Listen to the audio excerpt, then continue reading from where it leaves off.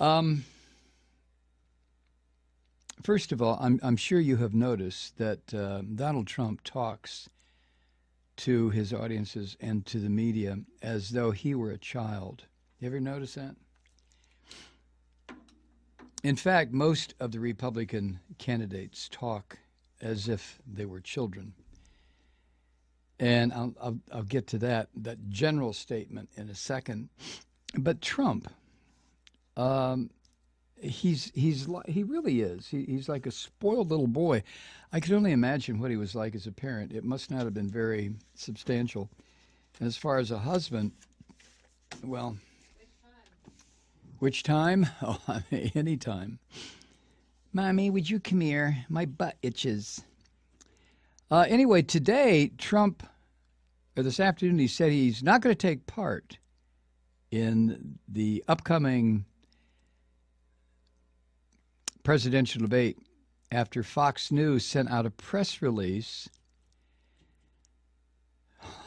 mocking Trump.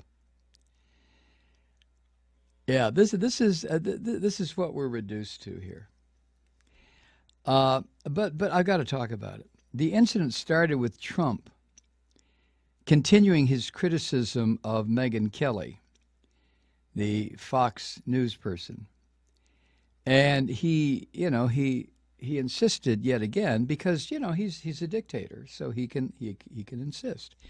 He insists that Megyn Kelly not be included as a moderator for Thursday's debate because, in his opinion, she has it out for him. She's going to get him. He posted a short video to social media. Trump did, with a poll asking, should I do the GOP debate? I've seen, I guess anyone who runs for a national public office has got to have a degree of narcissism that you and I would be stunned to be exposed to. We're all narcissistic to a degree. We really are. That's why we look in the mirror. You walk past a department store window, you're going to look in the window and see, my clothes on right, We all do that. But the level of narcissism in Donald Trump is truly off the charts. I don't think I've ever seen anything like it. Now, his dunderheads refer to that as his confidence, his strength. Donald Trump is probably one of the weakest individuals ever to run for president. And of course, this would be the nation's downfall. This is what the Republican elder statesmen and foreign policy experts on the Republican side, probably Democrats too, are worried about.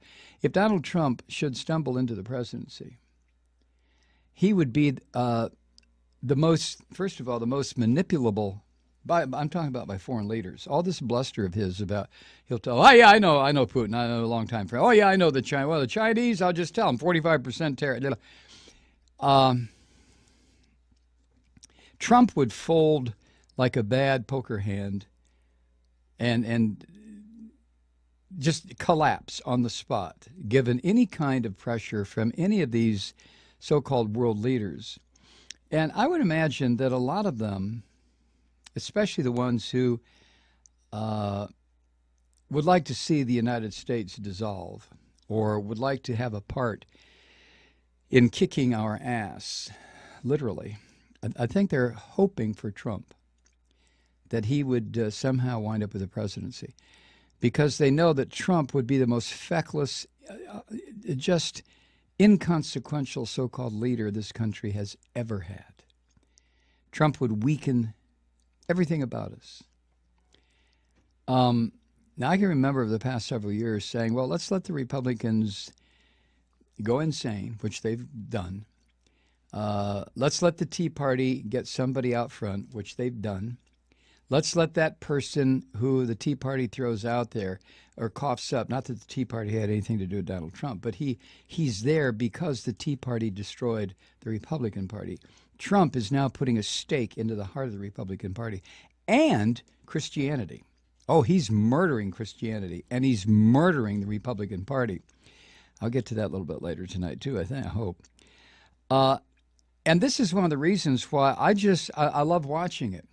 as long as I have in the back of my mind that down the line, Trump will fall apart. And I think he will. He's not a very substantial human being at all.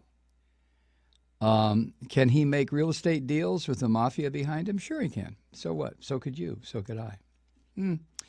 You give me $7, $8, $9 billion, right? You too. You could probably make deals with the mayor of New York City or the Scottish Parliament or whoever he makes deals with.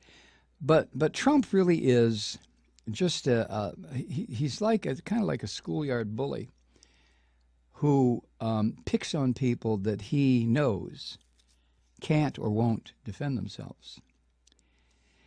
And so his latest is, he said today, quote, Megyn Kelly's really biased against me. She knows that. I know that. Everybody knows that. And she won't go to the dance with me. And I asked her, and she said no. She won't even come and hang out after school. She won't go to the soda shop. And when she does, she just sits in the corner. And you know what she does? You know what Megyn Kelly does? She takes the paper off her straw and breaks it in little tiny pieces and rolls it up and then blows it through the straw. And she hit me on the cheek. She hit me on, I'm not kidding. She hit me on the cheek.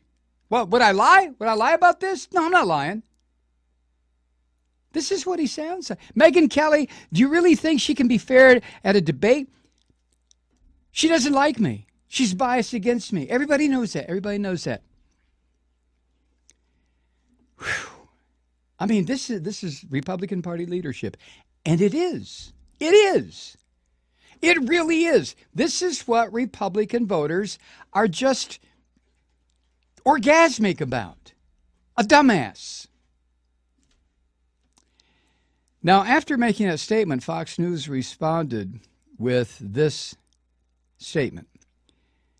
You can presume it's hyperbole, but you never know with Fox. This is what they said, quote, we learned from a secret back channel that the Ayatollah and Putin both intend to treat Donald Trump unfairly when they meet with him if he becomes president. A nefarious source tells us that Trump has his own secret plan to replace the cabinet with his Twitter followers to see if he should even go to those meetings, end quote. And, of course, Trump shot back. She sits in the corner in the drugstore and she blows the little pieces of paper at me. Pathetic attempt by Fox News to try and build up ratings for the GOP debate. Without me, they have no ratings, none. So there, Megyn Kelly. And I see you've been hanging out with the football quarterback, too. Okay, well, go ahead. Go ahead, hang out with the quarterback. I don't care. I don't care.